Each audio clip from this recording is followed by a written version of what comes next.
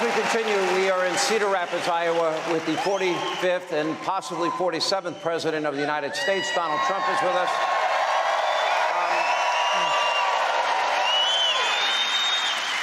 You know, we had this whole issue of cocaine in the White House. Yeah.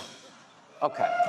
I could only imagine what the reaction would have been in the media and with others about this. And here's what bothers me about it. They had a 10-day investigation. They have cameras on every single person that walked into that area. That's right. They didn't interview a single person.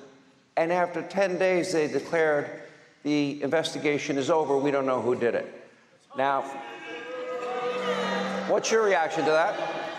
So I know the area very well. It's very private, actually, in a true sense, and they probably have more cameras. First, there was 3 different locations, to be fair. Well, they don't even know what location, and they also said the Bidens weren't there, and they were there. It turned out to be, false. A lot of false reporting, a lot of misinformation. They dis and misinformation, right? Nobody's ever explained the difference, but let's assume they're pretty close. You have more cameras in that area than any place probably in the world. You have the Situation Room. The Situation Room, I never even thought of it in terms of this, but probably the most important room anywhere in the world. There's no more important. Wars are decided, nuclear's decided, weapons are decided. It's been there. There's nothing more important. They have cameras. That's where you decided to take out Soleimani. That's where you decided to take out Baghdadi and associates. Right? Defeat ISIS. Don't forget, we defeated ISIS. I was told it would take 3 to 4 years to defeat ISIS, so we probably couldn't do it. I did it in 4 weeks, less than 4 weeks, right? And took out the worst. But the Situation Room is very heavily guarded. They know they know everything. The other thing, I have a great respect for Secret Service. I deal with them all the time. They are really incredible people. And Secret Service knows what's happening. They know what's happening. So I think it's very disappointing that after just a few days that was over. That's a big deal.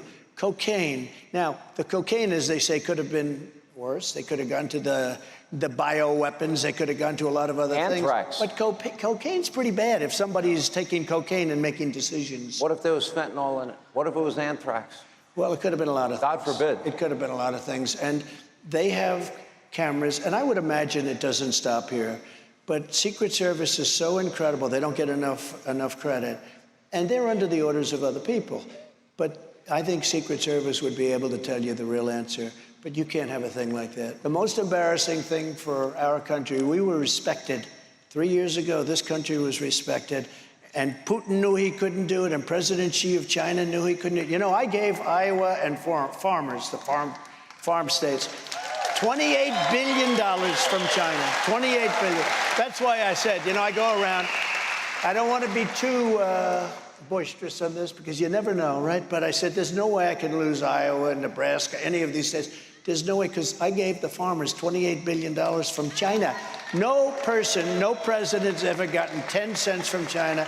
I got hundreds of billions of dollars, and I went to the Secretary of Agriculture. How much has... They obviously got a check.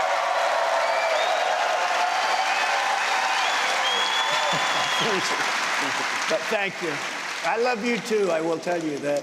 But think of President Xi, central casting, brilliant guy. When I say he's brilliant, everyone says, oh, that's terrible. You call him.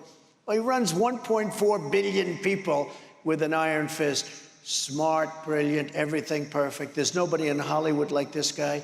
I got them to pay us $28 billion because they screwed our farmers for years.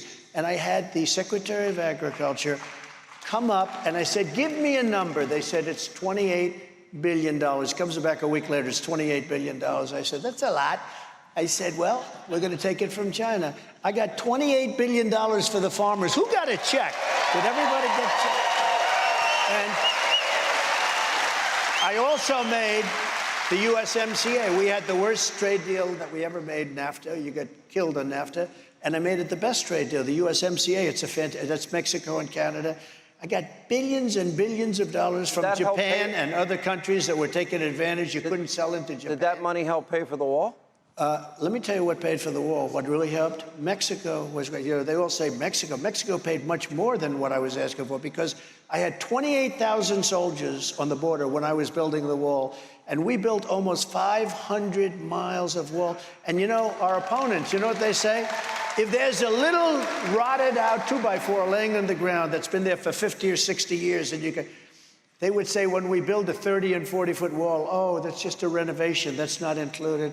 We built almost 500 miles of wall. We renovated a lot. Then I said, let's build another 200 miles because there were some areas that were weak. And it was all there, ready to be installed, and they didn't do it. But Mexico, I said to the president, you have to do me a favor. You have to do us a favor. We need 28,000 soldiers on the border, Mexican soldiers. He laughed at me. And you know, I have a very good relationship with him. But he said, but why would we do that? Because they're coming in through Mexico. You have to stop them from coming in from Mexico. They're coming in caravans. He said, we can't do that. Then he had a representative come to see the State Department person. And the State Department person said, you know, I've been doing this for years. We've always asked for a lot of different things, like remain in Mexico. I got remain in Mexico passed. Nobody thought it was possible. All of the different catch and release. How about this? You catch a criminal and you release him into the United States, okay? I got catch and release. But I got this, and they said to me, we won't do it, we won't do it. They smiled, they laughed. They said, are you crazy? We wouldn't do this. I said, yes, you'll do it. Because if you don't do it, we're going to put a 25% tax on all of your cars coming in from Mexico, and you're going to do it. We're going to take in billions of dollars, and we'll do it ourselves. So Mexico gave us billions of dollars of free soldiers, free of charge. You know, they came back into the room after saying, actually sort of laughing at me, how stupid a question this was. They said, you think we're not going to do that? I said, yes, you will. You'll do that. He said, we're not going to do that. And I said, well, we're putting a tariff on all of your products, including all the cars that you stole, because, you know, they have 32% of our car business left from Mexico. I said, we're going to put a tariff, 25%. It's going to go higher, but 25%. Take in billions. He said, may I leave the room, please? Yes. He comes back 5 minutes later. We would be honored to give you 28,000. So Mexico paid plenty. Let me go back to the China issue.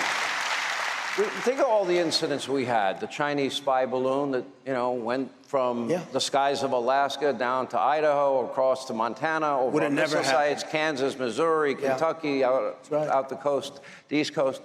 And I look at the communist Chinese now confronting our Navy ships in international waters, confronting our fighter jets in international airspace, on top of intellectual property theft, on top of COVID-19, on top of unfair trade practices, devaluation of the dollar, I believe attempts to eliminate the U.S. dollar as the world's currency. That's right. They want to do that. They're working hard on it. That would be a disaster. And now they've aligned with Russia and Iran. And now they're negotiating deals. North Korea. And North Korea. Now they're negotiating deals between the Saudis and the Iranians and the Saudis and the Syrians. Now, I think China is taking advantage of a president that has abdicated his role as the most dominant, America being the most dominant force in the world. Would they have ever done that under you, and how would you have prevented it? Number one, they wouldn't have done it. Number two, if they did it, I would have said, excuse me, we're going to put a 100% tariff on all of your goods that are coming into the United States. And they would have backed up immediately. You know, I took in hundreds of billions of dollars from China. And as I said, not one president for many presidents ever took in anything. You know, they revered China. I don't know. I also explained, hey, we all love China. Let's love China. Let's respect the president. Let's respect everybody. But they took advantage of the United States, making hundreds of billions of dollars a year. We built their military because they made so much money. I took in hundreds of billions of dollars from China. Do you think Taiwan is going to get invaded? Well, I think they have no respect for Biden. They have no respect whatsoever for him. It would have never happened. I met with Putin, and I said, listen, if you do this, really, really bad things are going to happen to Russia. And I don't want to say because I'm not going to get into that. But I said, really bad things? He said, no, no, no, you would never do that. I said, yes, I would. And he said, no, I don't like that. But, you know, maybe he didn't believe it, but he believed it 5% or 10%, and that's all he needed. I said bad things. Said the same thing to President Xi. I had a great relationship with, frankly, both of them. And, you know, having a good relationship with these guys, they're smart, tough, and they have a lot of nuclear weapons. Having a good relationship, I tried to explain this to the fake news, that's a good thing, not a bad thing. There has nobody's been rough on Russia like I have. I'm the one that ended Nord Stream 2. Nord Stream 2 is the big pipeline going into Germany and all over Europe. I ended it. That's the worst thing that any president or anybody has ever done to Russia. I ended their pipeline, and the money that, and Putin said to me, how could you do that? I ended it, and Biden came in and he approved it. I put sanctions in. I gave the Javelins, which are anti-tank busters, I gave the Javelins to Ukraine. When they took out all those tanks, that was from Trump. You know what? Obama, you know, when they say, oh, Trump was good to Russia. I was the worst thing that ever happened, but I still got along with Putin, and he respected me. And I got along with Xi, and he respected our country. They no longer respect our country. Okay, you have said very boldly you could end this Ukrainian-Russia war in 24 hours. Yeah. How? So I know Zelensky very well because he was very honorable with the fake phone call, impeachment hoax #1. They said I made a phone call to him, and I was very threatening. I wasn't at all. I was actually very nice. I was congratulating him on a victory. But when they asked him, they said, were you threatened? He didn't even know what they were talking about. He was very honorable. He could have done grandstand and said, yeah, I felt threatened, I felt threatened. He didn't do that. And as you know, I get along very well with Putin. I would tell Putin, gotta settle. I would tell Zelensky, you gotta settle. I would tell one, you're gonna load up with money. I'd tell the other, you're not gonna get any money. I would get a settlement in 24 hours. Now, it should have never happened. You have thousands, hundreds of thousands of dead people right now, hundreds of thousands. You have cities that are obliterated. I don't know if you've ever seen the cities after they finish with the rockets. You have cities with no building standing. It looks like just a demolition zone. It's so horrible. Sad. And you know, and then they'll say 2 people were hurt. No, hundreds of people and thousands of people were killed. You're going to find out when this whole thing is over that the number of people killed is far greater than they tell you. They're not telling you the truth. Many, many thousands, hundreds of thousands of people are dying. These cities are being obliterated. And basically they say, what's your stance? Are you for Russia or are you for... I'm for one thing very simple. I want to stop people from getting killed, and I'll have it stop fast. Take a break. We'll come back. Up next, we'll talk about the 2024 primary. And one big question is the Biden family, with their business dealings with China and Russia and Romania and Ukraine and Kazakhstan and Mexico and a dozen other countries, are they compromised? More with Donald Trump on the other side, straight ahead. Hey, Sean Hannity here. Hey, click here to subscribe to Fox News YouTube page and catch our hottest interviews and most compelling analysis. You will not get it anywhere else.